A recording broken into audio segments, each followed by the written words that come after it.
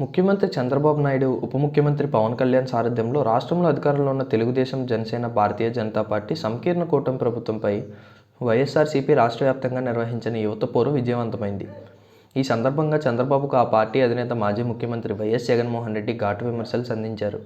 ఈ ఆందోళన విజయవంతం కావడాన్ని తొలి హెచ్చరికగా అభివర్ణించారు. యువత పోరును అణిచివేయడానికి కూటమి ప్రభుత్వం అన్ని విధాలుగా ప్రయత్నించిందంటూ ఆరోపించారు.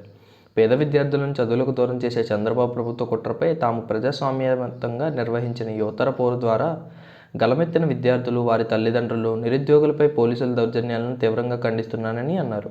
పలుచోట్ల పోలీసులతో ఈ కార్యక్రమాన్ని అడ్డుకోవాలని చూసినా వాటన్నింటినీ అధిగమించి కదం తొక్కారని చెప్పారు.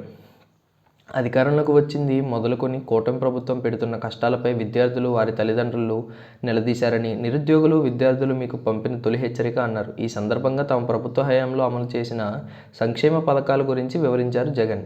పేదరికం వల్ల పెద్ద చదువులకు ఎవరూ దూరం కాకూడదన్న దృఢ సంకల్పంతో తమ ప్రభుత్వం విద్యా దీవెన ద్వారా సంపూర్ణ ఫీజు రియంబర్స్మెంట్, వసతి దీవెన ద్వారా హాస్టల్, మెస్ ఛార్జీలను నేరుగా వారి తల్లులు, ఆ పిల్లల ఖాతాలకే జమ చేశామని, ఆయా పథకాలను చంద్రబాబు ప్రభుత్వం పూర్తిగా నీరుగార్చారని అన్నారు. గత పాలనలో చీకటి రోజులనే మళ్లీ తీసుకొచ్చారని విమర్శించారు. 2024 జనవరి, మార్చి త్రైమాసికానికి సంబంధించిన ఫీజు రియంబర్స్మెంట్ నిధులను ఏప్రిల్లో వెరిఫై చేసి మేలో చెల్లించాల్సి ఉందని, అక్కడి నుంచి ఫీజు రియంబర్స్మెంట్ కింద ప్రతి త్రైమాసికానికి 700 కోట్ల రూపాయలు చొప్పున ఏడాదికి 2,800 కోట్ల రూపాయలను ఇవ్వాలని జగన్ వివరించారు. వసతి దీవెన కింద హాస్టల్ ఖర్చుకు మరో 1,100 కోట్ల రూపాయలను చెల్లించాల్సి ఉందని పేర్కొన్నారు.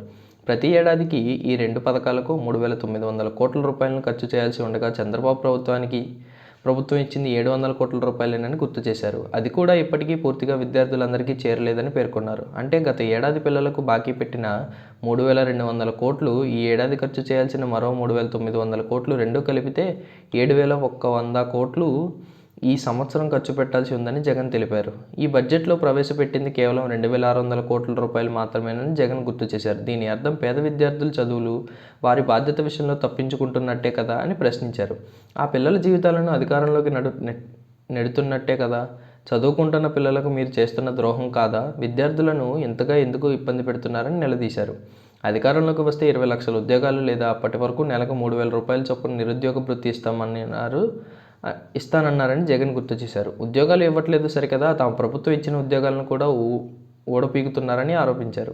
నిరుద్యోగ భృతి ఇవ్వాలంటే ప్రతి ఏటా 7,200 కోట్ల రూపాయలు ఖర్చు చేయాల్సి ఉండగా గత ఏడాది బడ్జెట్లో ఒక్క పైసా కేటాయింపు లేదని, ఈ ఏడాదికి కూడా ఒక్క పైసా కేటాయించలేదని జగన్ విమర్శించారు. ఈ రెండేళ్లలోనే ప్రతి నిరుద్యోగికి 72,000 రూపాయల చొప్పున చంద్రబాబు ప్రభుత్వం బకాయి పడిందని అన్నారు. అలాగే తమ హయాంలో తీసుకొచ్చిన కొత్త ప్రభుత్వ మెడికల్ కాలేజీలను ప్రైవేటు పరం చేస్తే పేదలకు ఉచితంగా నాణ్యమైన వైద్యాన్ని అందనీయకుండా అడ్డుకోవడమే కాదు, పేద విద్యార్థులకు మెడికల్ విద్యను సైతం చంద్రబాబు ప్రభుత్వం దూరం చేస్తుందని జగన్ ధ్వజమెత్తారు.